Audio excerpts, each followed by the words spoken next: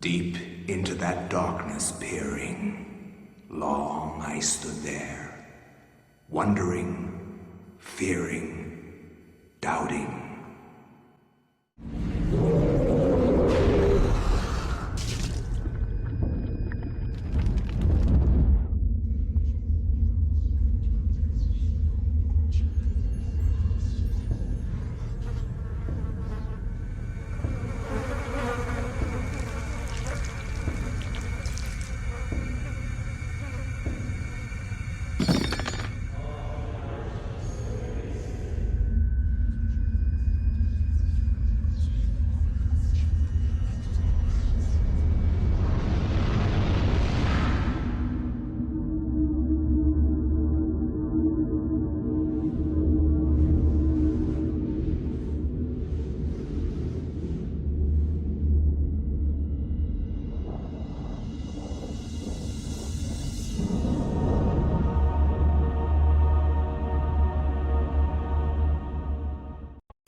So, greetings, ladies and gentlemen. Welcome to a special podcast, a horror podcast about eternal darkness. I'm your guest, Renegade Operative, and we are going to lose our minds in Sanity with Sanity's Requiem. So, I'm going to introduce my panel. The first guest that I have here is Mr. Drillbit. Oh, hey everyone. Pretty excited to at least talk about this game in particular, since it happens to be one of my favorite horror games. Next up is Infernal Dragon. What up? Next up is Max P, or Lord Letro. Lord Actor, I'll take that. Hi, hello, it is an honor to be here. I'm excited to talk about this game. I'm not sure how much I should plug, so I will not.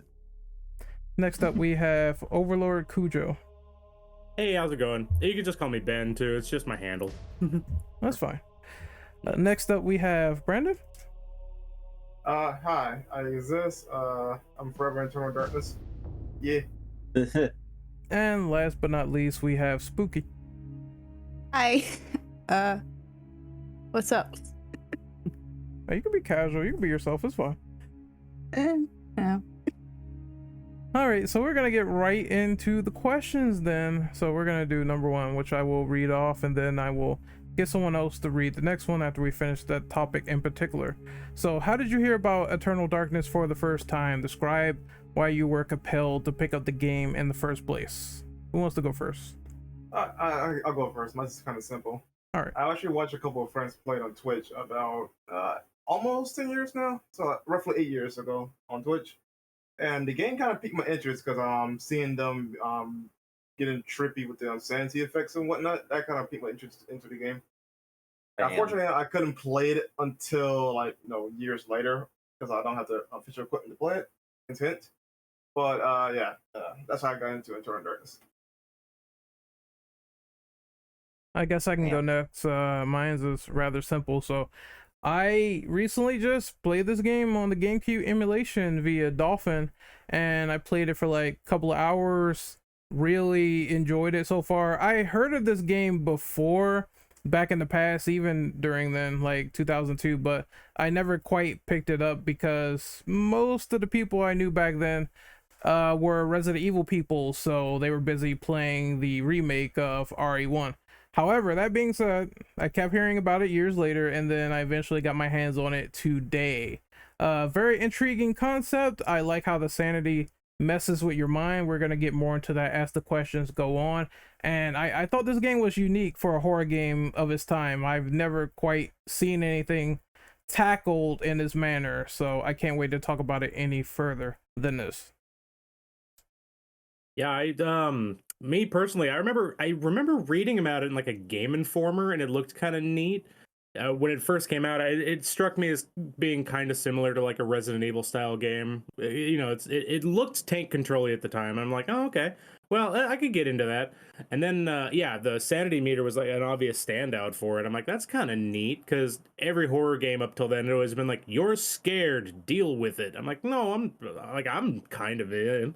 But like sanity meter would like actually mess with you as a player. So I was super into that. So I started checking it out, and it was pretty cool. The game really handled nicely, and I thought it was just really interesting. And I like that it's had a big impact on a lot of meta horror after it came out. So yeah, I'm super excited to talk about it.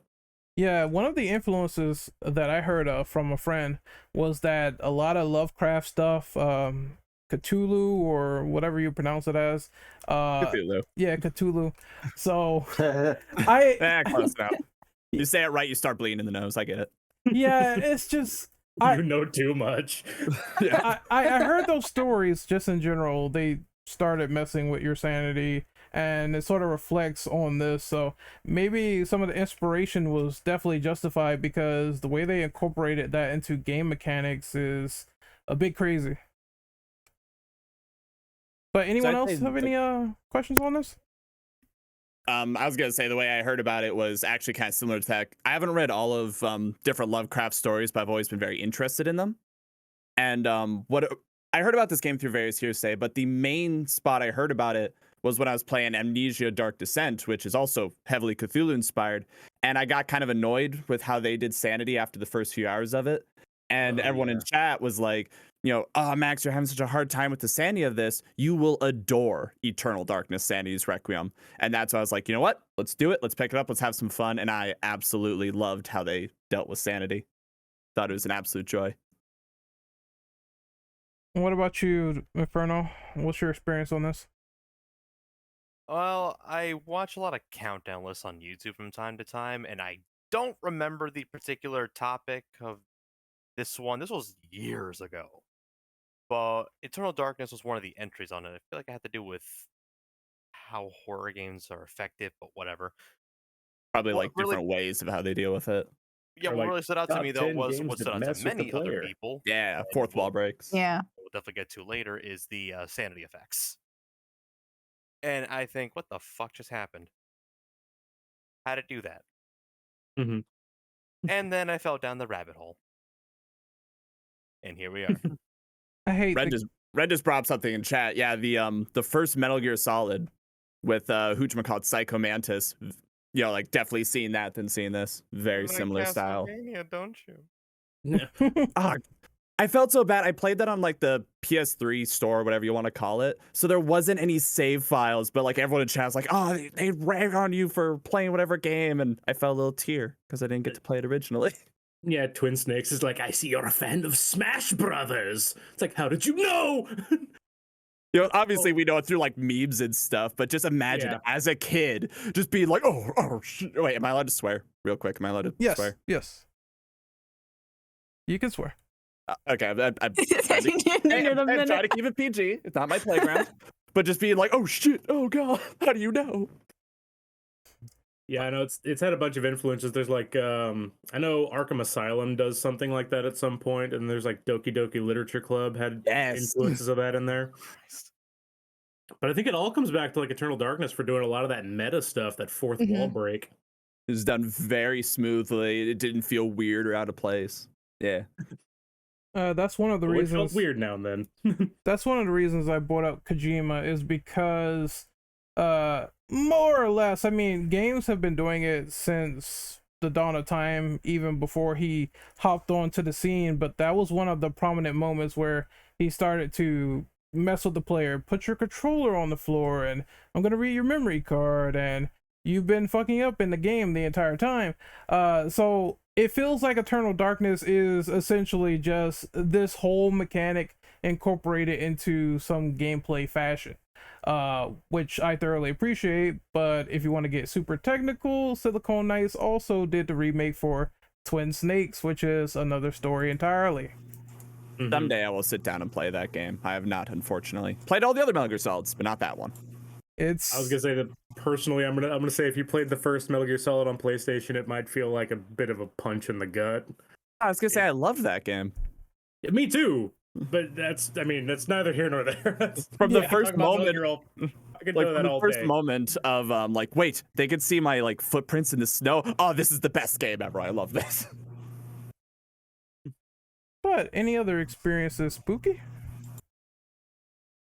Well, I first heard about this from a couple friends who grew up playing this game, and since I really love horror games, they're like, "Oh my god, you should totally check this out." I mean, the scares are kind of dated, for when it came out at the time, but it's really cool, and you like Cthulhu shit. Check it out." And I was like, "Sure, I'll check it out," and I did. I only played it once, but I would like to play it again one of these days. But I thoroughly enjoyed the game. It was really cool. I liked, like, my sanity was always basically at 0, so I saw all the weird shit that happened all the time, and it was great. Oh, you played it the best way. Yeah. When do we get to that plot point? Yeah, we'll definitely talk about that. We're almost there too. So I guess we can go off and do number 2 since one Wait, is... but I hadn't get my thoughts yet. Hurry up, you fucker. No, I'm kidding. Nothing about your loss. Oh, Brandon, please. My immersion, my showmanship. Hurry up with the mic pops, fucker. Oh wow. Anyways, I was gonna say, well, I think I got into it because actually I only it's because of word of mouth and all of that, and some people said it was a really scary horror game online. And then I went one day to a GameStop and bought it, back when they used to have retro stuff. Mhm. That's not for $300 and Right. That's Yeah. why emulation is the best. But yeah, I played it on the game, and then I think I was always holding it off for a while, but I did recently beat it on the Wii, so that game, yeah, that was a good experience. That's how I got into it. all right. So now we can finally move on to question number 2. Drill, since you gave your last answer, could you read that off for us, please? Yeah, let me open it up real quick. What are your thoughts on the overall combat and exploration within the game? Honestly, I thought it was pretty smooth. It's not tank control. You're given pretty much. It's not really. I don't think it's really tank control. You're given pretty good movement, and the cameras never feels like it. It never gets in the way at all. And also the fact I do like you can choose which body parts to hit, and they actually do have an effect. Like hitting them in the leg actually causes them to fall, or hitting them in the arms, or decapitating them. That's cool. And that's what I also like about the game as well. And not only that, for enemies that got their head cut off, they will actually retaliate and attack the nearest thing that makes them flinch. So even another enemy, they will attack. Yep, the they'll other start hating enemy each other. Yeah, it's Yeah. quite impressive. Like it did the whole body dismemberment thing before Fallout did. No, Yeah, back and this was like what 2001, 2002. 2002. I mean, if we're not Yeah. including like Fallout 1 and 2, but no, I Yeah. totally get what you mean by that. Yeah, and like meanwhile, Resident Evil, all you could do was just shoot them in the head. Here's Actually, a you crack can shot, that actually shotgun, yeah. you can do limb dismemberment as well though, but it's mostly tied to the legs and head. But it's nowhere Yeah. near as extensive as how they did in Eternal Darkness though, because Yeah, I always thought it was cool how you could choose how you could dismember your enemies and how that could actually help you throughout combat. One thing I noticed is that if you go for the head, insert Thor joke here, but if you go for the head, you will stop them from doing these eye lasers, which will raise your sanity meter, or well, lower in this case. And I thought that was really intuitive to the combat, because it's like when you step in a room, you don't want your sanity to be like mad low, so you walk up in there, cut off their head, and then the enemy will flail around and they don't know what to do because they're a headless chicken. So I think that's very vital to the combat itself, because you're going to want to have your sanity up as much as you want, or if you want to play the game ballsy and see all the LSD effects, then you can have it low each time you enter the room. That's what makes it fun, though. You're Exactly, right yeah. about that. You're right about that. We'll get to that. See, for me with the combat, I'll admit, like, okay, I thought it was really cool that you could target different parts of the body, but I almost never did besides the head. And then I realized, like, oh, I have guns. These are great. These guns are worthless. And the moment I get like a melee weapon, I'd be like, you're like, this M16, yeah, or these pistols, whatever. I got a sword, and just like slap everything in the head and then just keep running. Sword. But Got one pointed rock. well, yeah, because Wow. it's like, do I want this modern day flintlock or whatever, or do I want a stick? And the stick would outperform no matter what. But Yeah. okay, so with the question, like the combat and the exploration, right? Yep. Something that I want to bring up.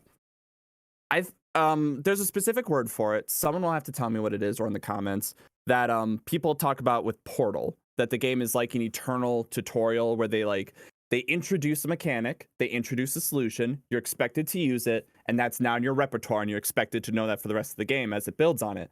I feel like Eternal Darkness does that extremely well with how it hands you different spells, how it hands you different items, how it hands you different mechanics. Like the first thing you do is, you have a broken key, you gain a spell, enchant item. It fixes things. You use that thought process for the rest of the game.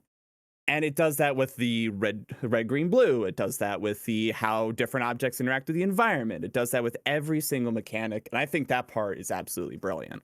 Yeah, I noticed that with the broken jars when you play as Anthony, like you have to get them, you get these spells and then you fix them, and then at the end of the level you have to fill up all the jars with water in order to put it on some type of crevice in the floor.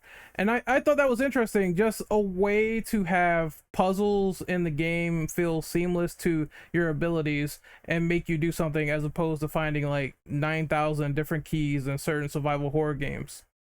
Yeah, like it kept doing that throughout the entire game, where it, like you wouldn't even realize you're being taught something. Like I forget what they're called, the little teleporters. Like the moment you get the teleporter spell, they're like, "Hey, there's a hole here that's the size of a small dog," or like, the here's the the trappers. Thank you. Or like, here's this magic blast. Here's a boss. If only there was some kind of energy blast. And it did that with everything. And sometimes I'll admit I was too dumb to notice it, and someone in chat had to be like, "Hey, Max, do this." I'd be like, "Oh shit, they just taught me this 5 minutes ago." And I just think that's brilliant tutorial design. Welcome to 8 a.m. economy or economics class, where they're like, "All right, here's macro and microeconomics. I just learned this 5 minutes ago, Teach. You're gonna have to like walk me through this. I just woke up."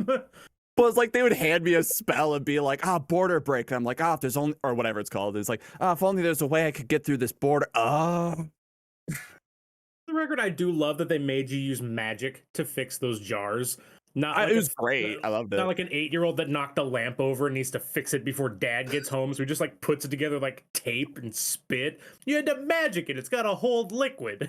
Dude, I was thinking the whole time. Do I get this duct tape, or do I get this eldritch magic from the beyond that will turn me insane and make my eyes bleed? Oh yeah, I get that eldritch magic fixed up real quick. I was thinking the whole time, like, like, duct tape right there. I'm just gonna fix that everything up. It's just fine. I was Sell my thinking soul, yeah. I was thinking the whole time, like the monk that you talk to in the beginning of the level, I thought he would fix it for you if you save him.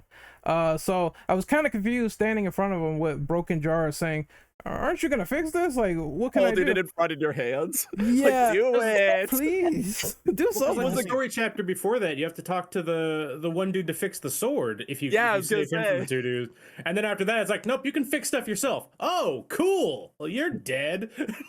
Leaving that room over there. The only magic that can patch, bond, seal, and repair. Oh god, I do you guys play like Dungeons and Dragons or anything? Just quick curiosity. No. Oh yeah. Yeah. So like the spell, like what spell would be most useful in real life? Prestidigitation and mending. The ability just to be like, it's fixed, done. Don't worry about it. It's done. I did it. That'd be so dope. This, Yeah. this is just locate like an object. alchemy flex tape the game with the puzzles. Like, I swear to Flex God. tape. Well, like the medieval era. Yes. Like the biggest concern is my horseshoe broke or something. You're like, let me summon the eldritch gods to, here you go, man, that'll be $5. Oh, thanks, bro. Yeah, no problem. That help. The power of alchemy. I'm going to summon this monster. Nah, man, that's not profitable business. You want to know what is profitable? Fixing shovels. There you go. You can do an entire like black and white segment where it's like, you found 3 jar segments and they won't hold a drop. There's gotta be a better way. Billy Mays There selling is, you Cthulhu. Jimmy. Billy Mays here. Oh wait, there's more. Oh no.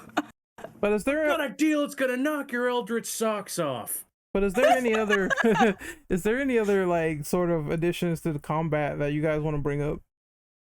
I just thought it was really interesting that melee, yeah, as was brought up, melee just absolutely vastly outperformed ranged because Oh. it was a complete heel turn. Because in most games, you've got like, you know, handgun, it's safe, and your knife, looking at you, Resident Evil, couldn't butter a sharp side of toast. But, you know, in this game, you've got like a brick, and that does way more than the super over dramatic, I have to reload my blunderbuss for a week weapon. True, it's true. Honestly, I didn't like that they tease you with the shotgun. You don't get it until way later. Oh, yeah. You want it? You can't have it, you fuckers. I will say though, I'm blanking on his name. I have to pull up a list. Roberto Bianchi, the firefighter guy, or like when you get his, what was it, an M16 or something like that? Mm-hmm. That gun worked. That made me happy. I was like, or maybe it's not Roberto Bianchi. I'm blanking on his name, but that gun worked. That was a little bit of a power trip, but otherwise it's just like, no, give me the knife. Knife's so much better. I think that firefighter, he had an axe. Axe was great. I admit I didn't use it. I was going machine gun. I think I noticed this overpoweredness with the melee weapons when you get the sword in the 3rd level and you're sort of doing these Prince of Persia stabs to the enemies and combos, and you're doing like finishing moves. So it really gave me no real incentive to rely on the gun way too much. I felt even in the prologue when I was shooting a shotgun at the zombie heads or the skeleton heads that it really wasn't doing anything, and they were just sort of taking it. And I figured, like, I think the rest of the game is going to be like this with guns. Man, Well, 'cause even if I 20 years don't- ago, machinists got shafted. Yeah. I can't even remember. You can't coup de grace with a gun, can you? Like, No. You can't. No, you Yeah. can, but it You- takes yeah. ammo. So what's Yeah. the point? Exactly. Step on them. Now I remember, because with the blowgun, or as I called it in the playthrough, the fellatio gun, she could do a finishing move. She could do a finishing move with that equipped and poison the enemies. So I remember that. Mm-hmm. I remember trying it for like 5 seconds and being like, this is nothing that I stab or whatever her weapon is. Like, oh, well, there we go. Good stuff. All right. And a giant sack of 100 blow darts. Used about 2. Just machine gunning them. When you did get to the part where you saw the, I forget the name of it, but like the Eldritch Horror, that's the big meat sack or whatever, I do remember firing a few shots at it, being like, take this, Satan. I It'd be was so calling great that, if he's just like, no, stop it. I was calling that my thing eye. I was calling that thing William Burke in my playthrough the entire time. I was like, what is that? Like, this is so fucking weird. Like, did you come from Resident Evil 2? I just kept asking that same question because that's how it looked to me. It's eyeballs Magoo. I mean, yeah, that's fair. But we can finally get on to everyone's favorite question, which is the sanity meter. So, Spooky, you want to read that, please? Oh, me read it? Oh, okay. Yes. Okay. How did you feel about one of the biggest mechanics in the game, the sanity meter? Which this green meter goes low, you will start to hallucinate. These hallucinations will affect the game in a variety of different ways. What did you see when you got low sanity? I saw a bunch of shit.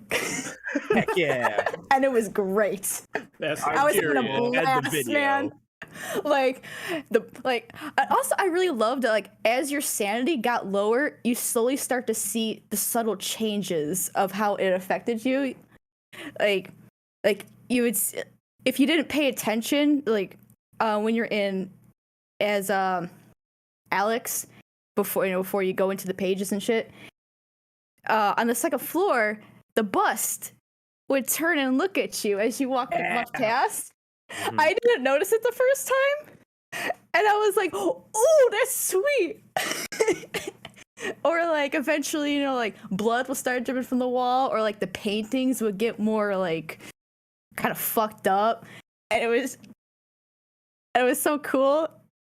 Or like these were some of more like the data ones where like the volume would turn down. You saw like the little volume marker just go down, and I was like, oh, that's an old TV thing. Yeah, or they mess with your video signal, which Yeah. often would work today, considering we don't use that type of TVs anymore. Yeah. Well, Back in my yeah. day where you needed video 2 to go do things. Like, I loved that so much. My favorite one was me blowing up randomly. Like that was funny. Just walk in a room, your head explodes. And the whole body explodes. Like, that was just Yep. weird for me. Oh yeah. Dude, that shit can quote Hamlet. Yes, that I love. When my head fell off, I was like, well, let's see if I can pick it back up. And then it just recites, was it Macbeth? And I was just enraptured. Like, yes, this is, oh, Hamlet, my bad. It was Hamlet. But it's like, yes, this is the best. I love this. Or what about when you turned mini or the enemies were mini? Yep. Oh, that was fucking great. Did you get the one where the room turned upside down?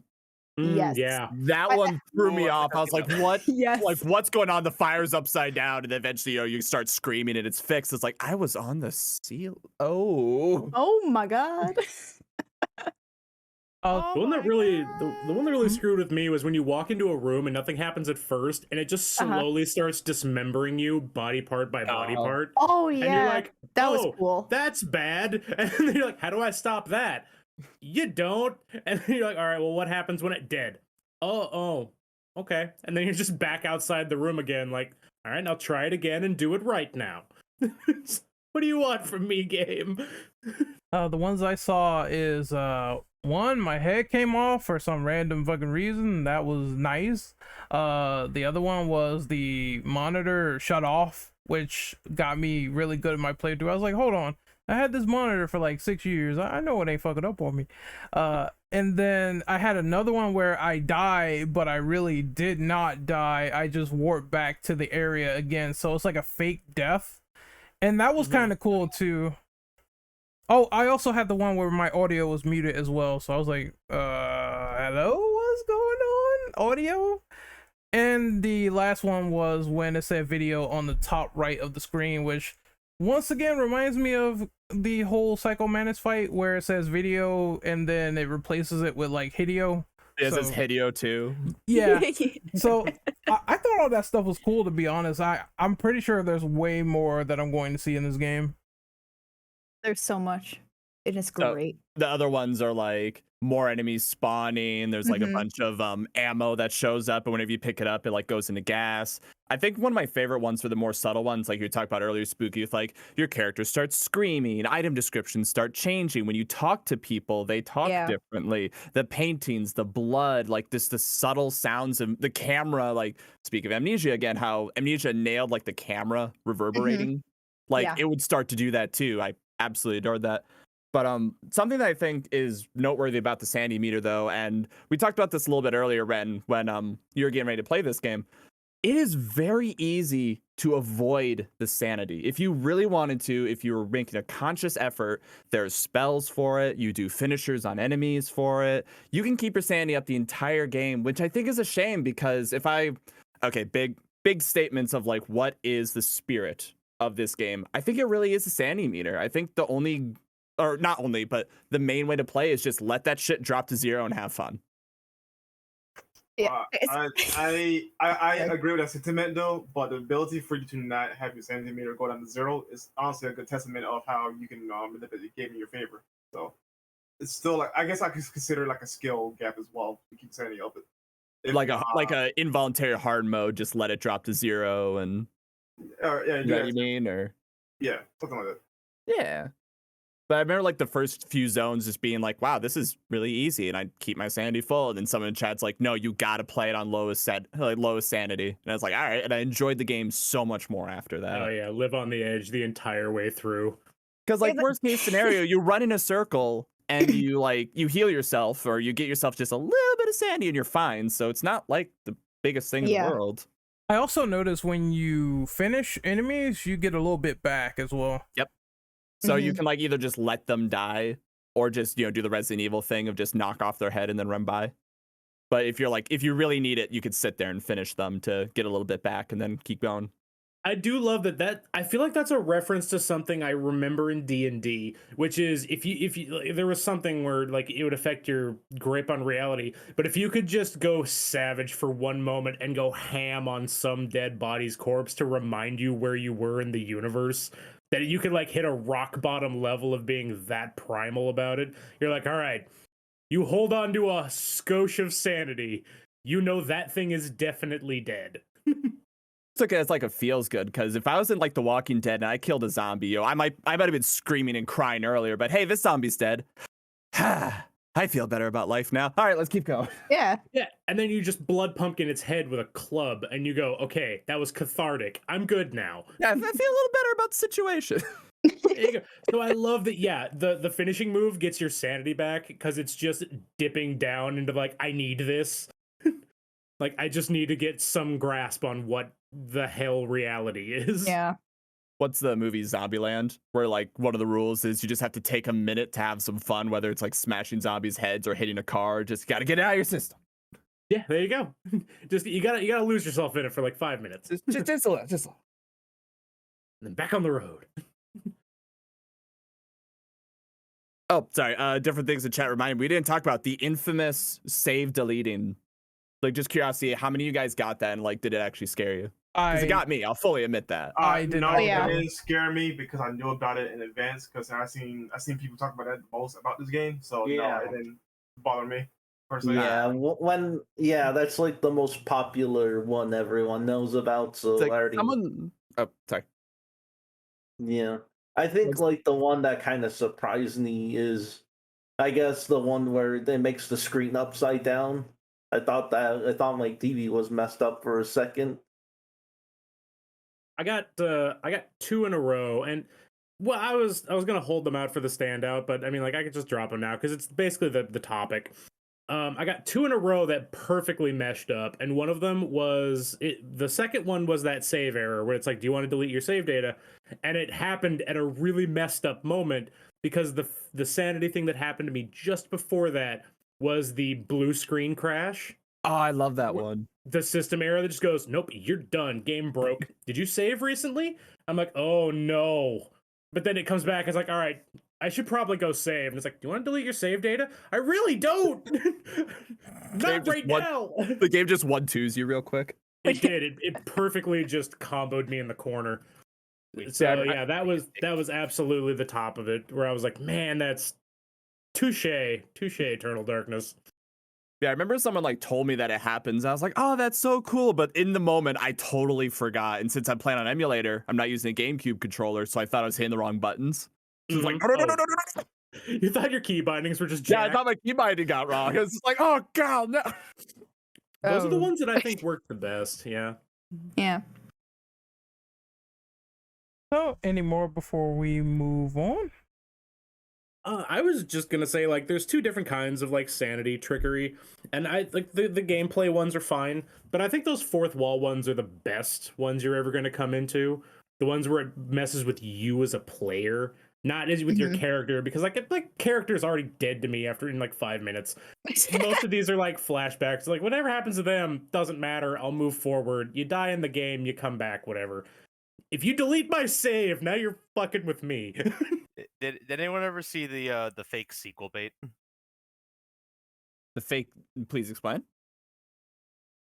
It just shows you this fake poster for to be continued in this sequel. Oh yeah, I did get that. Oh, I don't think I did. Oh yeah. Or that over I'm blanking. Well, then looks like you're gonna have to look it up. Yeah, all right, deal. That reminds me of that joke from the Simpsons movie of "to be continued," and then it black screens. It just says immediately. It just goes back to the movie. Oh, yeah. I also remember another one that just all of a sudden, out of nowhere, your whole screen just becomes a freaking picture of like your freaking zombie Augustus. Oh, It's like what Pius. Yeah, that one never happened to me, but I heard about it. That yeah, it'll just like take over as a screensaver kind of a deal. It's like, I'm sorry, I thought this was supposed to be a video game, not wallpaper engine. All right, so we're gonna move on to question number 4. So, Cujo, I want you to read that one, please. Yeah. Let me get to You that. thought you were gonna call him JoJo for a second. I almost did. Their names are There you very go. similar. What are your thoughts on the story presentation overall? This means you'll see characters from the past, present, who witnessed the Tome of Eternal Darkness. My thoughts on it were I thought it was super awesome. I love that the one of the best moments in the story I thought was very early. Well, not the best moment in the story, but you know what I mean. It was really early when you're playing as I don't know if she ever got a name. They just call her Tiny Dancer. It's like the story Elia? right after. Yeah. Yeah. Is when you run into Augustus and you're like, oh, I know this guy. It's like, this guy was in the other chapter. I know him. Now I feel safe. But he's a zombie. And at first you're like, is he on my side or no? And so the entire thing was whenever you'd run into somebody from a previous chapter, I'm like, oh, that's super cool. And like everything was very, it was interconnected over a long stretch of time. And at first I thought it was going to be really hard to follow with all the different characters doing stuff, but it's pretty chronological overall. It's just when you dip back to Alex for a minute and you have to run around the house for a skosh. But yeah, overall I thought the story was pretty great. Yeah, honestly, I thought the interconnected story they had there is honestly kind of done perfectly because Alex is your main character, right? You go through this obstacle. You play as a new character to learn not only about that character though, but learn something new for Alex to get through other obstacle, and it repeats itself. Yep, on top of that, tutorial. On top of that, you also run to the characters at some point again, either do like in front of you or as a reference of some kind. I honestly like this is probably one of the few games that does it honestly perfectly. Yeah, and it plays a part in the fight in the last part of the game, but I can't talk about it because spoilers. Yeah, how much of the spoilers are we allowed to get? Random will probably go deaf, and so like, honestly, we can talk about all of it. Yep. So he just said in the chat you can goo. So yep, You can goo. Yep, spoo your goo. Got it. I do like how your But yeah, I do like how in the final battle your descendants actually help you out. Yeah. Oh, dude, we got that final fight. That shit was catharsis. It was so epic. As even though I died a couple times, and that's okay. But I got super hyped throughout the whole fight. I was getting pumped, man. It was seeing everyone come back. Yeah, like, let's go. Awesome. All of us for history are gonna kick your ass. Their way of getting revenge. Yeah. So yeah, I thought that was pretty cool. At least getting to see all the past characters. Hey, Augustus, test your reflexes. Test your reflexes. Speaking of all the characters, though, something that I really enjoyed, and Spooky, you talked about this a little bit when you said like you've read different Cthulhu stories or Lovecraftian, however you want to say it. Something that I always love about those stories is how things look to like the common man, to like someone who has no idea about magic, no idea about anything. Each character's reaction to the magic, even when you grab the book, it's kind of hand waved that like you learn all the knowledge of the previous person. But each of their reactions to the unknown, to the eldritch, like, okay, I have a list of names, right? So like Edwin, the adventurer, he was like, oh, what's going on? I must investigate. Anthony was scared and he was just trying to help people. Maximilian was looking at it like a doctor. How each person encountered this, these weird, unknown eldritch horrors, I think was wonderful because it kind of is an insight on different kinds of personality. And what it really did feel like reading a different Lovecraftian stories, and probably one of the best moments of that was Maximilian doing the autopsies, the way he describes things with like reverence but fear, but also like, I don't know, what do you call it, infectious curiosity of like, oh my goodness, this thing's a demon. What is it? How does it work? You have this thing that literally steals bones and skin, and it's the scariest thing in the world, but I must learn more. I think that worked really well with the story, especially going through it. Also, Pius showing up as your grandpa to literally tell you that I didn't raise a bitch. What's wrong with you? As it goes, that's Alex. I'm sorry, but that made me fucking laugh. Not gonna lie. He said, "I didn't raise a bitch. Get out." I'm like, oh god. Oh, I'm sorry. Do you need the door? Here's a key. It's broken. Like I fixed it. I was confused by this story because I thought that was your grandpa. I'm blanking on his name, but like I thought that was him telling me that I was a disappointment. I'm like, Grandpa, why? And then like the next bit they show it's him. It's like, oh, you bastard. Could have been. He didn't have a head. You don't know what he looks like. You don't know if your dad's a skeletal Roman emperor warrior or whatever. Anybody, you don't know. Magic exists. That opening still bugged the hell out of me. Where they're like, "There's been an accident with your grandfather." I think was it grandfather or father? I don't remember. It was grandfather. Grandfather, Yeah. grandfather. And then it's like, all right, I'll be on the first plane. You get there, and he's still on the floor. Yeah, like you know, like Any a of these week developers have been went through by. TSA and taken a plane flight. That is not proper CSI procedure. Clean the corpse up. Yeah, the We need your help police are identifying so the body. incompetent. And the dude that's there is like, all right, there's not much to see. 5 steps later, well, look out, it's pretty brutal. Like, it's like, pick a lane, man. You've already been letting this guy No, soak into never. the carpet for like a day. It's so good though. Because I just imagine like she's in college or Alex is in college or whatever, right? And there's like, oh, your grandpa. It's Yeah. like, oh no, my grandpa. Yeah, his head is part of a ritualistic sacrifice. You'll see in every game over screen. And here's his body in the ring. It might be family related. It's like you could have learned that from looking at the family tree, and you called my ass from who knows where. Because I'm an expert, and also Yeah. if he's got no head, you wanted me to come identify him or what? If you can't do dental records, how am I gonna know who this is? Well, judging Family by magic. the one person that lives in this house, and it's the only body, therefore. Well, he does look like all of the pictures on the wall with no head, so we He's, like, wearing assume the he same lived here. shirt.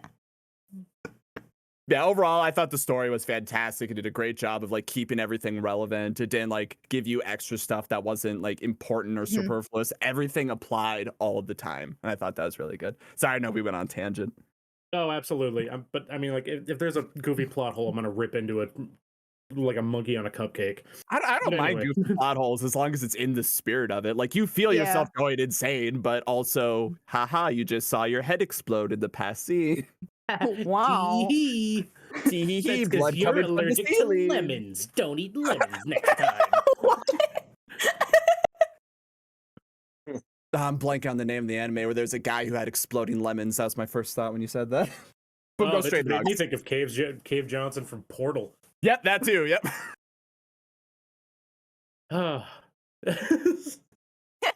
Also, I know Ren is totally out of it right now until we come back. We can just sit here and talk about the Yeah, story it's all all good. day. Just like D&D, rein us back when you need to. It's all good. There you go. There you go. Burn Oh your my house God. down with the lemons. I mean, are you guys actually done here though? Because we do it at some point. Yeah, we should bring Ren back. Yeah. Yeah. Probably get him back in. Oh, okay. All right, you folks done?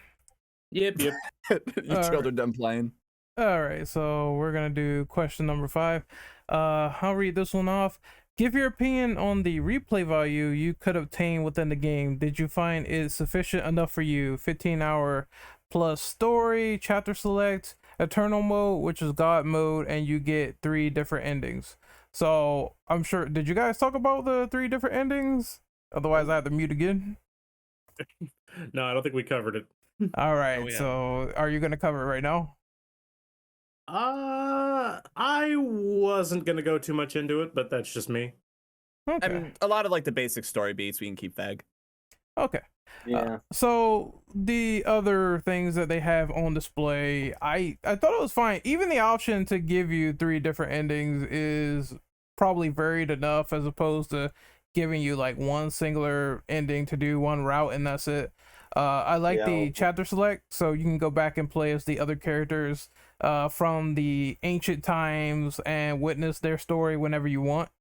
And eternal mode is just simple to the point. It's like if you don't want to die or if you feel like you need the game to be way too easy and have your fun with your infinite magic and all this stuff, then you can do that mode, which is basically like, oh, everything's infinite, so I'm gonna kick everything's ass. Yeah, Trip I mode. guess just Sometimes for you need fun. that. Yeah. Yeah. It's like running around with the infinite rocket launcher. Sometimes you need that after all that stress. Yep, exactly. I see it as a good way to maybe get like 100% completion if you don't want to like suffer through it like how you did the first time over again. You know? I just kind Think of so. do they have any other difficulties outside of eternal mode or no? I don't think so. I'm not sure. I wish it was Yeah, hard I mode think at least. I mean, what? Like you want a mode where just everyone one hits kills you or something? Or like one touch sanity. That would be even crazier. Like, is there Yeah, but I something- think Zero it would I would probably love make that. it very annoying to play, honestly. it would What be they- fun, especially if you they- get guns. If they do the thing where like eternal mode where you can't die, but you also have 0 sanity the whole game, that'd be pretty dope. I play it like that all the time.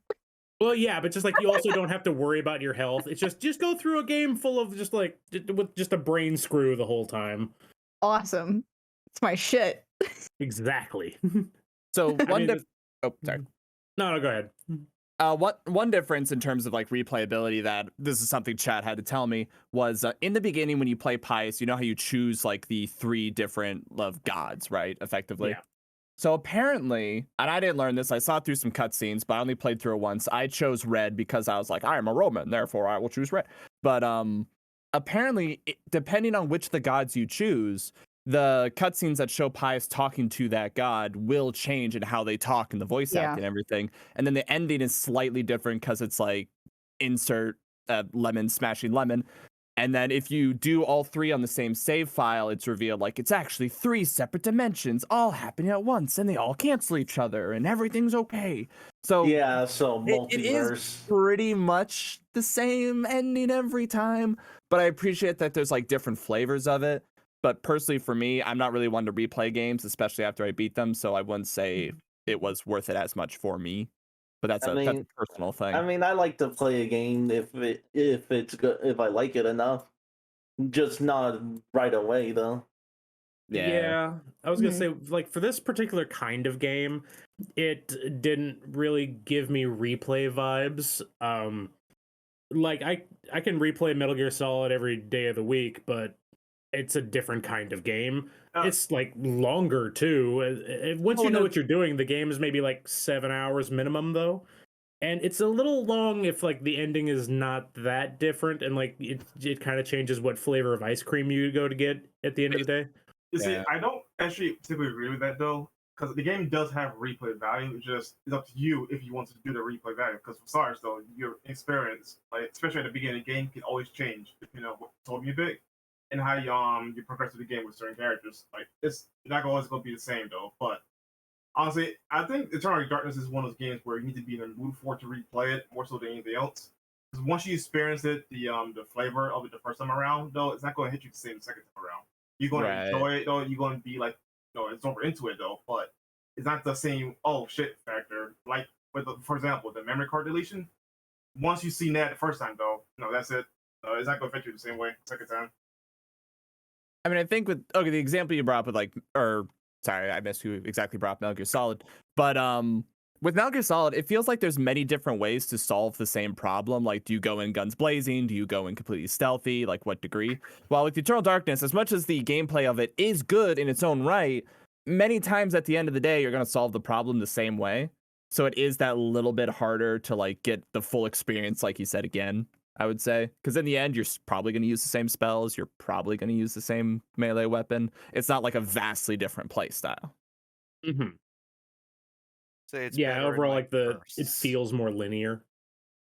Yeah, it's very you will do this puzzle solution. You will use this spell. You will fight this thing. Yeah. Yep, it's Just don't play the game 3 times in a row. yeah, Basically. it feels linear, but it's not like a bad game. It's just sort of a product of the design that they went with. But it still is fun. I just probably when I finish like the entire experience, I might not replay it for like a certain amount of time. But it is cool for first playthroughs. I think the first playthrough is honestly probably going to be the best experience of this game. 100%. Like, linear doesn't mean bad. It just means that one experience, you can't quite experience it the same way again. But we got to get to the favorite moments. So, Max, will you read that off, please, for number 6? All right. What is your most favorite moment in Eternal Darkness that stood out completely? I feel bad. I feel like some of us already kind of talked about these moments. Couldn't help it, I had It to. did, but to like to contain it for everyone, right? If you had to like pick a signature one, I had a cop-out answer. I enjoyed. Okay, so you brought up in the chat before, like Silent Hill style things. I adored Silent Hill, and my favorite kind of scares in those games are the subtle things, not the big Five Nights at Freddy's, here's a monster. Although that game's brilliant in its own way. It's the subtle, small changes. It's the little things that creep up on you, and like the screams that you don't know where they come from. If I had to pick a singular moment, I would be all those. If I had to pick a singular moment, it would be putting together like Lego pieces, all those little ones.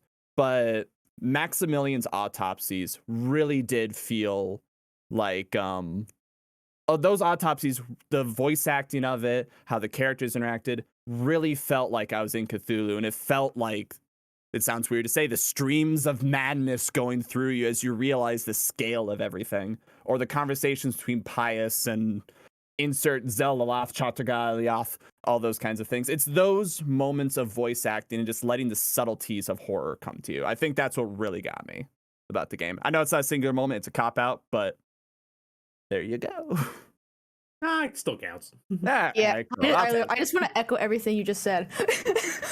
Well, it's the subtle things. Like, yeah, sure, Yeah. Five Nights at Freddy's comes and shakes you, but you know what's creepier? Hearing dripping, and you're like, oh, God, where is it coming from? Or you hear skittering, and you're like, oh, God, what's going on? The subtleties, I think, is just where the beauty of the horror is. And also another thing is like, another thing that was really cool, back to like the whole, sanity thing, whereas like as you slowly lose it, like the camera angle just kind of awkwardly tilts.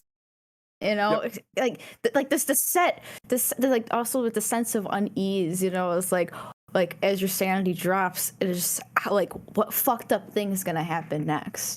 Like if I had to relate it, sorry, a little bit of tangent. So in Resident Evil 1, there is this, or the remake, there's this zombie that taps against the window. And for the longest time, that zombie doesn't do anything but make sounds and taps against the window. And I remember when playing it saying, I hope that zombie never gets through. Because every time I go by that window, I get scared. Eventually it did, and I was like, shit, you ruined it for me. But like, it's that kind of subtlety. No big fanfare, no big nothing. Just, we're going to creep up on you slowly and just turn it up. So you like suspense, basically. Like, eerie suspense and this first type of stuff. Which I'm with you on that one. Yeah, like that's the only thing that can get me personally. I need suspense, otherwise though, no jump scare can get me like that anymore. I've seen it all before, that kind of stuff. Well, yeah, it's like like suspense and comparing. jump scares. No, go ahead. I was like comparing like the horror of Silent Hill versus Resident Evil, right? Resident Evil will come out, jump at you, the lickers are gonna come eat your face. Silent Hill will let you sit there and hear the radio, and heck, if you know where it came from, or they'll show you weird things, and they'll never explain it ever, and it is unexplainable, and you will never get an answer. And Eternal Darkness did that so much. They never really explained why the monsters were the way they were, or why these things were happening. You just had to deal with it, and it felt very Lovecraftian. But sorry, I've taken up too much time. That would ruin it if they explained it. I mean, you're not supposed to know. I think that's the element of it. It's like, fearing the unknown. Like, there's not a lot of games that do that. Now, granted, I will play devil's advocate and say I do appreciate when Capcom takes the time to explain why is this man or woman the way that they are when they mutate it. That's cool stuff. That's like lore. But I also do like it when there's this random fucking blue scorpion out the middle of nowhere. If you run into it, he will teleport you to another area where you gotta play like colored puzzles to get out of it, and it's quite weird, and you don't know why or where this is happening. I think when it does things like that, that's when the game is at its best, because you just don't know what's around that next corner or what mechanic they're gonna throw at you next. Well, like between the two of them, I feel like even like the Resident Evil one could come out the same way, but it's science that's like lowered to a level that you are supposed to understand. Whereas in Eternal Darkness, this is so far above your station mentally, and like it's cosmically so above you, you're never supposed to understand why that works that way. But there is a reason. It's just not going to tell you. Like ants trying to understand electricity and cars and stuff is just so beyond you. Like, it's not your fault. You're not dumb. It's just beyond you. You're not dumb by your own scale, but by your own scale. You're like the smartest ant in the box. It's Like a like good That's a Game Boy. it's like the alien saucers looking at us saying, "Look at all these stupid humans." Like, is this something like that? Hey, they're doing great. They're trying their best. You're Now, doing off to great, our magical sweetie. scorpions. What was the Mantarock? The big flesh thing. That thing as an example. Do you guys ever learn what that guy did? What his purpose was? Why he was here? Why everyone was holding him down? Why everyone wanted to kill him? Nope. Exactly. Oh, Exactly. Sorry. We wanted to help him, but fuck if we know why. sorry, something came up. What question were we on? Six. We're on We're on question 6. number 6. Oh, okay. So what was yours, Renegade? I just said it, like, just fearing the unknown, the unexplained going unexplained, when the game throws stuff at you and you quite don't know what's happening and they don't really explain it too much, but you're intrigued, and as you go on you get more scared. And I also want to say the sound design of this game is so immaculate. Like, I think when I got to that point of examining items in the mansion and Ghost started talking to me, I was like, what is that? Yep. Like, what is going on? I think it's because the mansion progressively gets more supernatural as you keep going. Yeah, you I'd say hear this banging creep. on doors. Yeah. I don't Stuff know, sliding on the floor. One moment that there was like one moment that always stuck to me because I made the mistake of playing it at like 1 a.m. So That's the So- smart mistake. What are you talking Exactly. but yeah, when you're going into the bathroom, that scene. Oh, Oh, yeah, that yeah. got me. Where you see yourself Oh. covered in blood, like that genuinely spooked me. Yeah, about? I thought it was cool. Yeah, and that was like the only time I got ever. That was the scariest moment in the game, probably. Yeah, when you hear screaming and you don't realize it's you, kind of a deal. Things like that. Yeah. And it was done so quick that, I was like, all right, this happened. Okay, it's done. There you go. Here's the screenshot from you on the roller coaster screaming. There's the gift shop. How'd you go? Eldritch Whiplash, I just ate part of your soul. You what? What?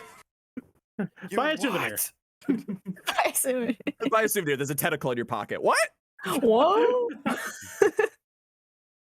All right, so I think we covered this one, so we can move on to question number 7. So Justin, you want to read that off, please? Question number 7. Yep. Did you see the canceled successor called Shadow of the Eternals? If you've seen this footage, then what do you think of it? I only just learned about the footage today with this document, but like I only heard about it through, like, in passing, that there was supposed to be some sort of successor.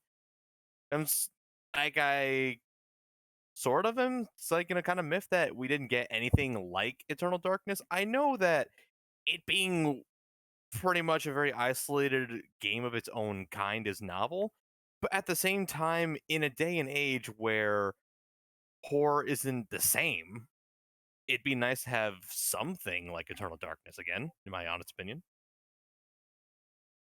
Yeah, I posted in It chat. sucks that it never got off the ground, really. Yeah, I posted in chat. It was from the former devs. It was kickstarted, and then it did not meet its goal. But many of the elements in this trailer, even the Edgar Allan Poe quotes, were utilized for the successor. So, you're going back in ancient times and just seeing shit. So I think, once again, just as Justin said, we don't get horror like this very often, where it's a bunch of psychological mind games, and I think in general that genre has been sort of shelved out. The only one that's kind of still prominent is Evil Within, and that's it. The rest you'll probably get from indie horror, but yeah. Say Amnesia, kind of, but Yeah. that's a whole other podcast where I can rant about Amnesia. But I've a little bit of a hate for that game. But I don't enjoy Amnesia all that much. To You're be not honest. alone. I fucking raged through my entire playthrough of that. like first few hours, oh, this is great, this is beautiful, I love this. Afterwards, I just want to die. I just want it to be over. I feel like you could mesh our playthroughs of that and it would sync up perfectly. Be very similar. Yes. The first hour, like, oh, that's neat, that's interesting, this is innovative, how cool. I can throw a book at the end of it, like, let it end. Yep. Damn. But I mean, I wish it would have like succeeded its goal, but it sucks to see it like this. So, hello. I heard that. Hi there. Hi. Yeah, nice Bart language. Burnett. Yes, I Welcome to the show. But anyway, it's like I did like the footage from what I saw. Look very unique. I like how the characters look and everything. So for what we got, just a little bit of a taste, I wouldn't have minded it if they would have maybe, put this game on Steam, if it would have succeeded or something like that. I definitely would have picked up the game. I just did not know that it was sorry kickstarted. about that. Oh no, it's cool. I did not know the game was like kickstarted. Otherwise, I would have backed it. It seemed like one of those late in the know things to me. Yeah. It was. I think it was done right before kickstarting was really a big thing, and even then, it's really hard to get something like that up the ground unless you got something that can hook people into it. Like a big backing or something. I mean, I think for Shenmue, I can see why that stuff was successful because I think Sony helped them, and I think that got their name out there and recognition. So a lot of people back that as opposed to this, where it's like indie horror and just Eternal Darkness coming back. Someone made a video saying that Eternal Darkness was very underrated, and I probably believe this is the same case that transpired here. Like, let's make a spiritual successor where not many people probably played it, seen it, or knew about it.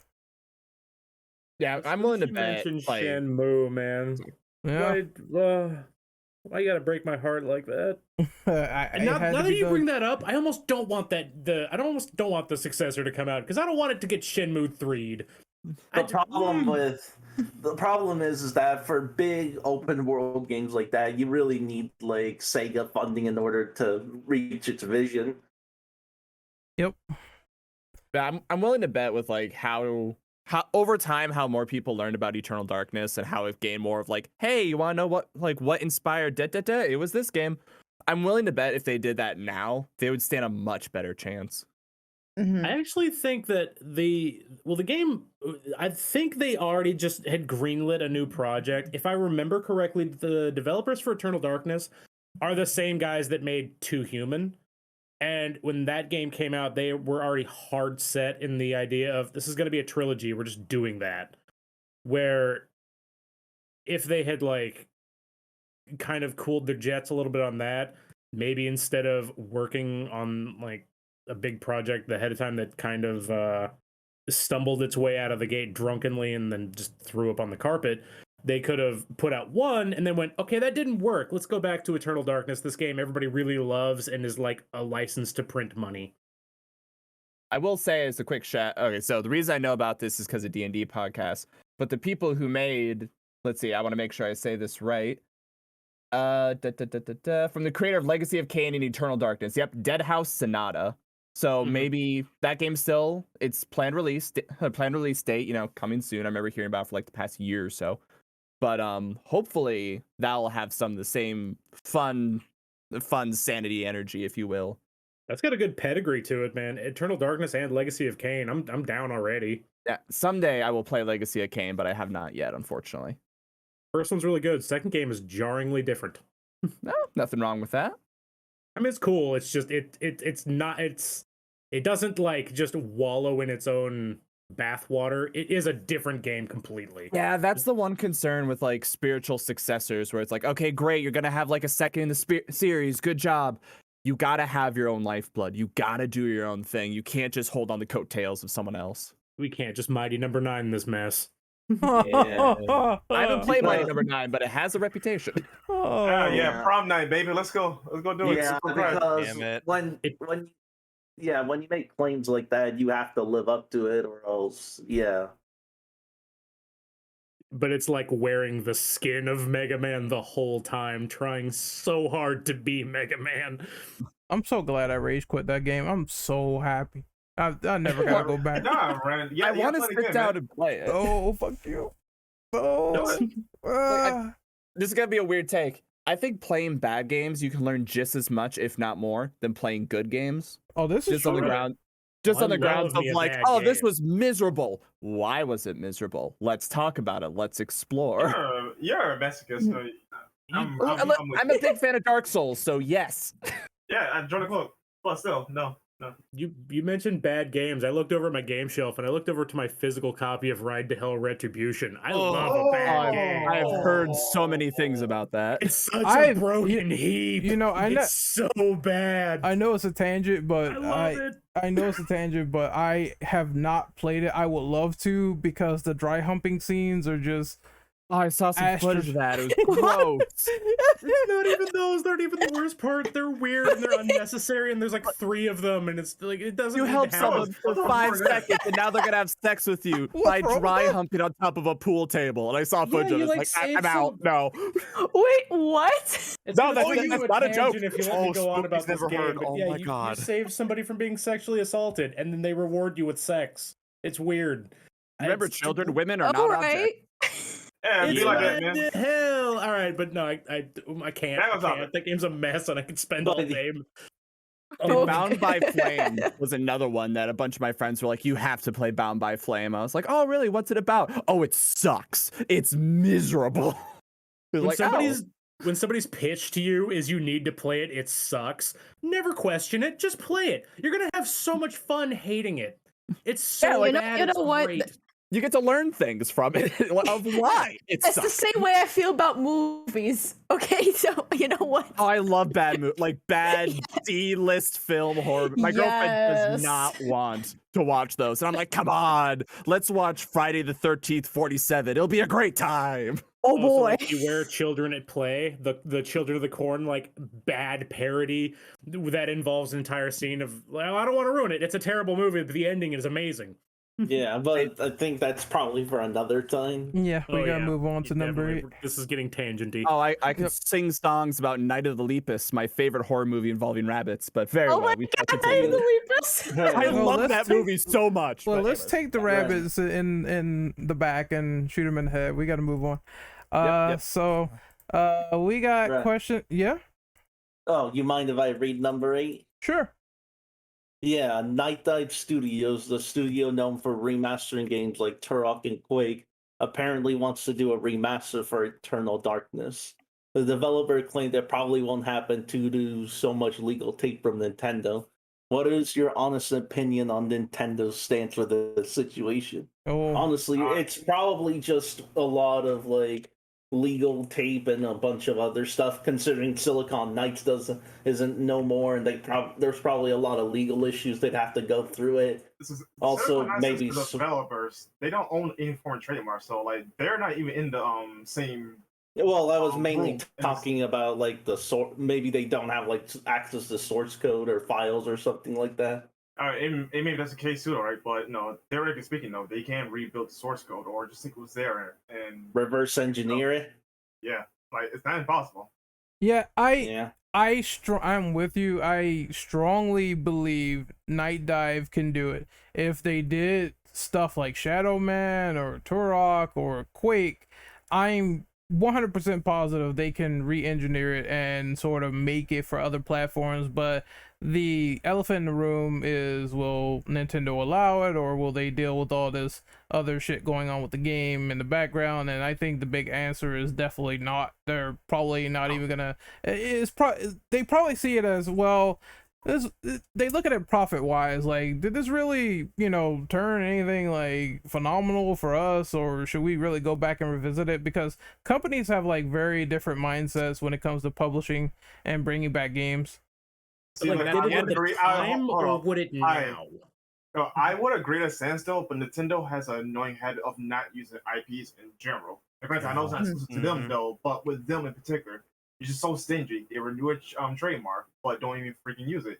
Oh, So I at agree. one point, the trademark for Eternal Darkness was abandoned before they picked it back up again. Like, they don't care about this though. You just hold on to it, just for the sake of holding on to it. Like, yeah. why the fuck do they do that? I don't in all, know. In all fairness, it is a Because, business. like- At the end of the day, they have to make a profit. So if they say like, okay, we could either work on the next Kirby game. I don't know if I'm not trying to throw shade. I'm just using an example. Either we're gonna work on the next Kirby game, or we're gonna pull out a cult classic. Maybe we can revitalize it, and make a lot of money. Maybe we can't. Like, in all fairness, They've I mean, got at that enough point, then, departments. just They can get rid of gamble IP. one you would time. think, right? Yeah, Like, but I get that, like, Zelda CDI happened, and like Super Hornio Brothers happened. Huh? Like, Well, that's like not even related to that though. Like, ironically, they bought it. Ironically, but Oh my Nintendo God. owns that. Uh, They I know they own it. I So know I'm they just own it. They saying. own it just to get rid of it and keep it unburied. That's why they got it. But as far as Zelda CDI though, that was just an unfortunate mistake they had. But like at the same time, they greenlit Mario and Rabbids. They apparently don't care that much about the integrity of their IPs. I mean, Mario Rabbids is actually a pretty good game. I actually liked it. But It's I haven't fine, played it, but I it's heard like certainly not a Mario game.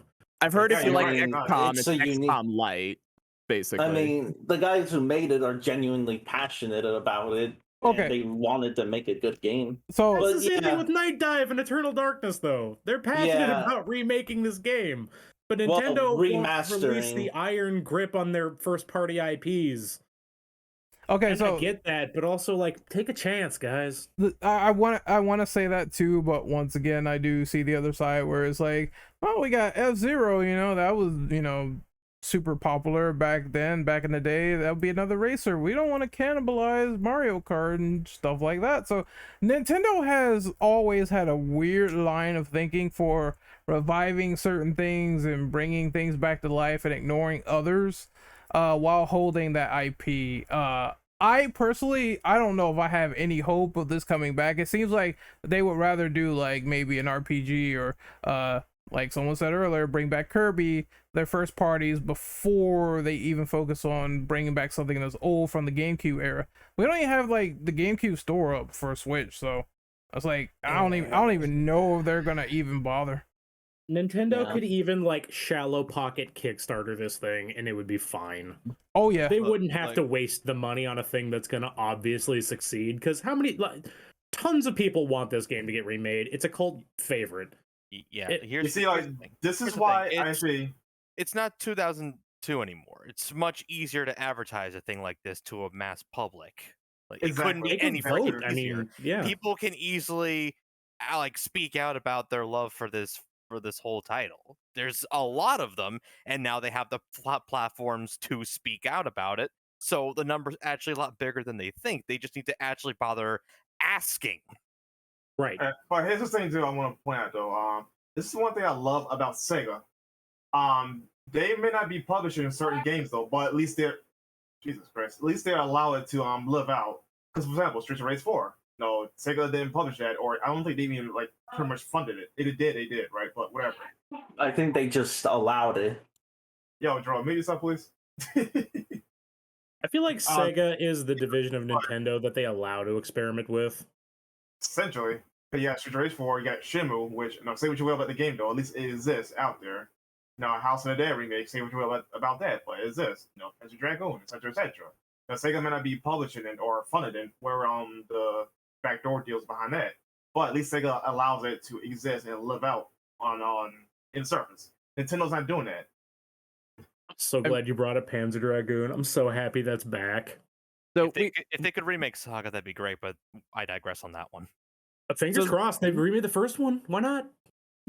yeah. It's like it seems to be a case of the allowance of letting these IPs to live and thrive, and do it in a way where you don't really have to put in all this like first party developer effort with your own people. Maybe get like other people who are eager that say, hey, we want to see if we can do something with this thing, no problem. And if you are confident in their work, hand it over to them, publish the game. If people really like it, they will buy it in droves. I think a lot of people bought Streets of Rage 4 and they were super excited when it came out, so why not take a chance? Because sorry.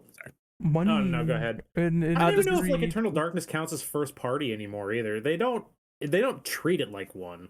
I mean, it is first party. They own it, right? Like, Yeah, it's they- not beat around the they bush. They own published it. It's it. first party. Like, yeah, but like technically it is, but they don't treat it like a first party IP. They don't make it this like absolutely generic, can fit into any niche thing like Mario turns into every day, where he's not allowed to like not like beats because people might like beats. I think the problem is that's a horror game and that's its own other genre. and also the fact that it's for mature audiences, and the fact that it was released on the GameCube, which wasn't the successful system.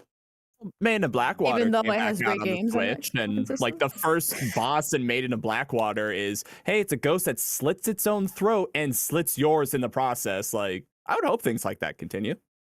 They acknowledge it exists, but that's about it. Like the last anything we got of any mention of any existence of this was Alex being a spirit in Super Smash Bros. Ultimate. Yeah. Other than that, it exists.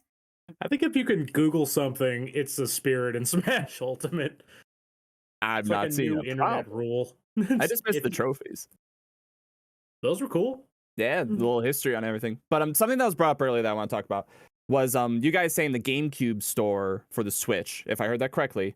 Like the GameCube store wasn't open on the Switch, right? Or It's that kind they of my didn't. belief. Oh, sorry. Or that they didn't like sort of, you know, migrate over into that. People said it was a slow process, that N64, you know, they're doing that now, but GameCube was like requested for a long time for GameCube games on digital. Right, and so this is just kind of like my belief and philosophy when it comes to games. No matter the game, no matter how good it was, no matter how bad it was, there will always be people out there to enjoy it. That enjoy it or just want to simply go back to it. So, okay, this is a far-reaching philosophy. This will probably never happen. This is a if I ruled the world scenario.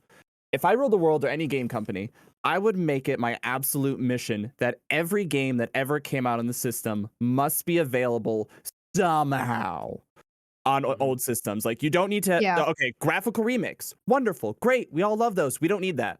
Just port the game, done. Keep it as janky and old as possible, but make it available, because I think as experiences, video games are very special in that kind of art. We can go back to old movies and find all sorts of stuff, but games, it's so much harder, which is why it's like, what's your moral beliefs when it comes to emulators? Fuck it, go for it. If the company itself is not willing to go back, we need to make it as publicly available as possible, because these are people's lives, dreams, works of art that should be shared, that should be enjoyed. So even if Eternal Darkness never gets a remake, emulators should always be available, kind of a thing. Or companies need to put in, it could be the minimal effort possible. Sell it for $1, who cares? And just make it so it's publicly available. I agree with you, though. Unfortunately, it's an industry thing, because especially it's a business. You got to make 20, money. 30 years ago, like, people didn't even preserve the games. They didn't even keep the source code. And granted, though, things are getting better now, though. But still, there are companies out there like Nintendo who's refusing to preserve their titles or keep the stores up, or at least have another solution for us to play these games. Unfortunately, no, nothing can be done about it unless you do the morally grail route, as some people would say, and emulate. Yeah, I'm a little bit of a pirate that way, not gonna lie. Like, my philosophy is this with that. If you're not going to give me an affordable way to play the game, I'm going to use them. Sorry, I'm not shelling out. I'm not shelling out a single paycheck's worth for one freaking old game from 20 years ago, especially in today's world. Not a fucking chance. Oh, even on like the Wii shop, where it's like all these different games on like the NES or stuff, it's like, okay, you can buy Super Metroid for $5. Well, Super Metroid's a phenomenal game. Sure, I'm gonna shell out $5, but then you realize everything is $5, and that shit adds up fast. So that's why it's like, make it cheap, make it available. You don't need to put any more polish on it. Just release it as is. Just make it available for people to play and enjoy. Especially for older games that only exist in a physical medium other than emulators. Exactly, yeah. They do get destroyed over time. It just happens. Not even on purpose. Sometimes you'll just step on a game. Yeah, for age as well, you know. Yeah, your like disc is a problem, or with cartridges, like those have expiration date. You know, they're gonna die at some point. Yep, your discs will degrade, so definitely get used to them. I want to say, Brandon, you have something to say before you were cut off, or do you remember? Yeah, apologies about that. That's fine. No, I forgot, lost my train out there, so that's fine. All right. So. Honestly, I think I got. I got my thoughts out there. I would really like to see a remaster, but who knows if that'll ever happen. So yeah. I just pray that Night Dive does it, because there's a name to that. Also, I'm sorry to cut you off, Brenda. That's why, like, until it happens, until I see it, even if it's an announcement though, until I see it, I can play it though. I do not have any hope whatsoever that the game will get a remaster or some kind. Yep. Yeah, I'm at a point where I'm just not a believer. Like, all these rumors and stuff, like things will happen. No, I need to see it. I need to see an announcement. Until that happens, I don't believe shit. Simple Wait, as that. Silent Hill 5, Pikmin Ooh, 4, that's- Silent Hill 5. That's another story entirely. Oh my god. Yeah. I'm tired of the I Silent Hill admire your stuff. optimism. I'm Well, if tired. it happens, it doesn't. It happens. If it doesn't, it's fine. I'm the same. I don't believe people can pose Eternal Darkness remake coming out or Silent Hill 5. I just don't believe it till I see it. But it is, like I said, it is good that a face wants to do it. It's just I hope the initiative goes behind it as well. And considering everything we talked about, is kind of hard to pinpoint at this current point in time. Unless there's an abandoned build out there somewhere. That'd be That- nice I if mean- they could easily just restore the code and just go off from there, and you 'Cause know. I just remember the entire thing that was going around with the lost and found like Resident Evil 1.5 like the hard early build for Resident Evil 2 with like different characters and junk, and it slowly just got put back together like an Eldritch puzzle. And it kind of exists. It's like 80% complete. You can download it. It's not done, but it exists. So if there's a lost build for Eternal Darkness 2 somewhere when like some passionate developer was just making it, and then it got scrapped, it could exist in somebody's what is it? Not U-Haul, like Daryl's mini storage somewhere, just some drive. Basement. Yeah, exactly. In some haunted mansion, there could be a basement where there's a chest that has a hard drive with a build on it. All right, that's going to hunt and haunt houses. Who wants to come with? I'm Oh, game. God, stars. Let's go, boys. All right, this Here might you be go, a little fill bit. up your sanity meter. This might be a little bit of a side question, but I think it is an interesting one to discuss for you guys. So, Night Dive Studios, whether or not they like make a remake, let's pretend they do, right? How much do you think they should change or update? Like, should it just be a strictly graphical, or do you think they should change? Okay, so mean, first, honestly, your opinion. first they I say think we should remaster go- first, but if it was a remake, I would want as much from the original as possible, if not more, for modern conventions. So do stuff that like will fuck with me, like, hey, you're playing on PC, you get a sanity meter that's low, the system 32 is going bye-bye. Oh wait, no, we're just fucking with you. Right, like change the video 2 thing. But I'm just curious if there's anything else you guys are like, this should I be mean, added, more of If this. it was a remake, I guess like restore like the stuff they wanted to do on N64 but couldn't, like the Yeah. extra character. Okay, well, if you're talking strictly remaster, though, they could go as far as their budget will allow or what they can realistically do.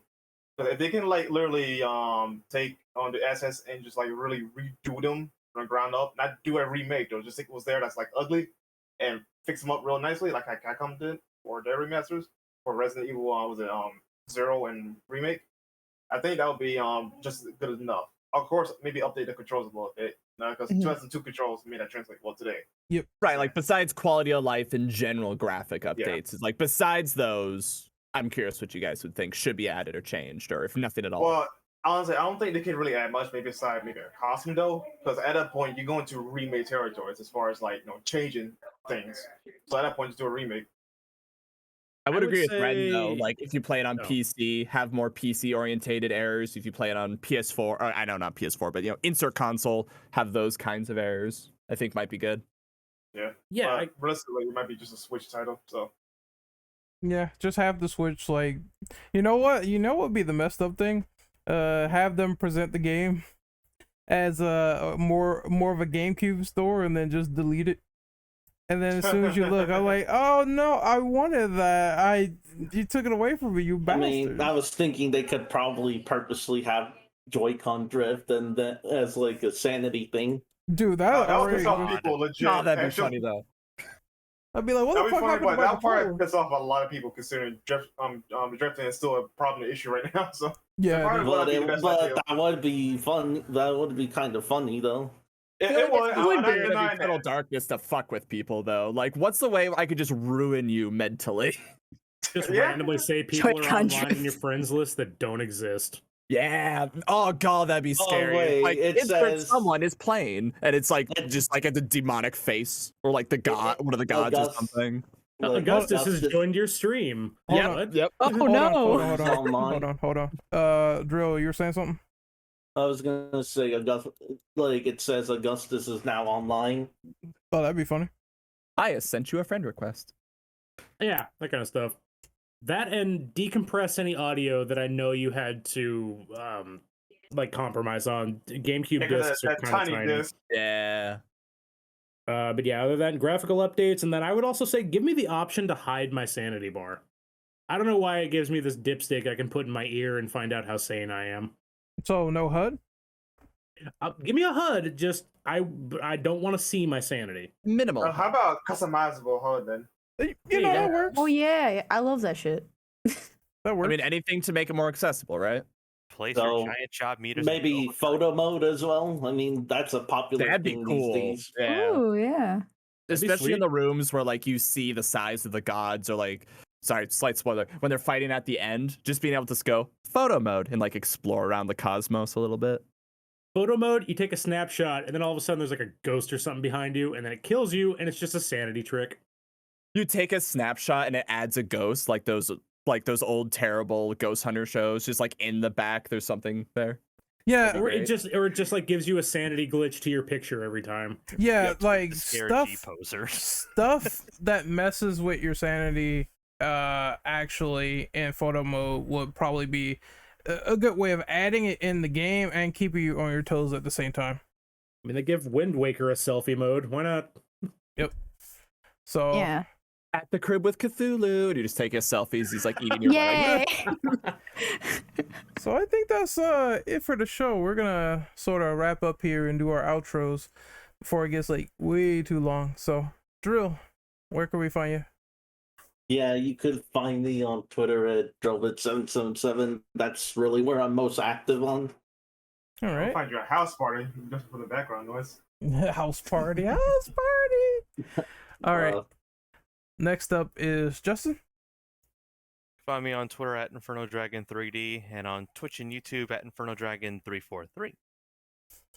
Max, where can we find you? Main place would be twitch.tv/LordEctro, where am I allowed to say what I do, or? Yes. All right, I'm a variety streamer. I tend to focus on franchise series. Right now, we're on Resident Evil, just going from the first game all the way to the end. And I try to look at games more analytically in terms of game design to see what we can learn. Also, I have a Twitter and YouTube. I don't know how they work, so you'll mostly find me on Twitch. Next up is Cujo. You can find me on YouTube at Overlord Arcade. Just daily uploads and junk. Brandon. You can find me on Twitter at RenOperative_. Fuck off. Damn. We gotta show you. Also, you Alright. can find. No, you can't find me on Pornhub. No, I was gonna say you can find them on TikTok. No. I was gonna say, And Island. once we get enough donations, maybe. Yeah, he's doing a Fortnite dance. Let's go. Oh, wow. That's a fake Kyle person used to work death. for Fortnite. I don't want to know about that anymore. All right, for real though. You can find me on Twitter at Immortal Brando. You can find me on Twitch at Sir Brando. I don't stream often, or at all for that matter, but maybe that'll change. YouTube is none of your goddamn business. At least for now.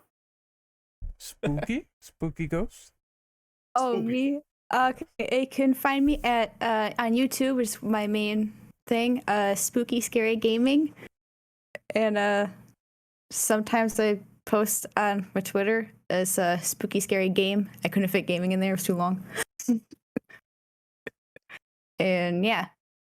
And she'll be Yay. shit posting on a lot of movies and saying yeet a lot as time goes along. Which I have to upload, by the way, but that'll be for later.